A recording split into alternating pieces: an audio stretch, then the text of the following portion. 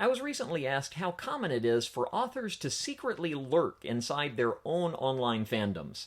Some absolutely do, and some avoid it entirely. I fall somewhere in the middle. I don't go looking for people talking about my books online, but every once in a while I'll scroll through TikTok and see somebody talking about one of my books, or I'll come across a thread on Reddit. If I happen to come across something in an open forum, or if a reader openly wants to talk fanish theories with me, I'm definitely going to pay attention. And if they want me to join in the conversation, I probably will. Every author has a different kind of relationship with their readers. For me, the line isn't between distance and engagement, it's between control and curiosity. Most of my readers know that I've planned my entire Teshovar series before I ever wrote this first book. All the big events have been mapped out for years, but there's still room when I'm actually writing to figure out how those big events happen and how I get from point A to point B in each book. And that's where interacting with the fandom can quietly shape things. Take Fairy, for example. She's always been one of my favorite characters to write, but I didn't anticipate how much readers would love her. She starts out in this book as a 14-year-old girl living in the slums of a Victorian-esque city. She works for the leader of a street gang, but she's too smart for him to put her on the street pickpocketing. So she does his accounting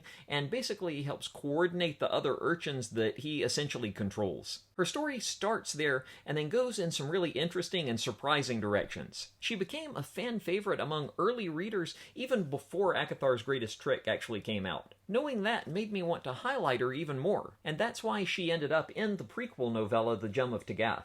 And then there are the theories. After AKITHAR'S Greatest Trick released, readers came up with some wild ideas and theories. They weren't correct, but they were so interesting and compelling and plausible that I couldn't ignore them. So, when I wrote Lizandra's Deepest Fear, I intentionally leaned into teasing those theories, and I treated them as red herrings. I used them to distract readers just long enough for the actual twists to land. So yes, some authors lurk in their own fandoms. I'm present and aware in general of what's happening in mine, and I use that not to change the story, but to better understand how my readers experience it. Because sometimes what they see in our worlds teaches us something surprising and inspirational about the stories we thought we already knew.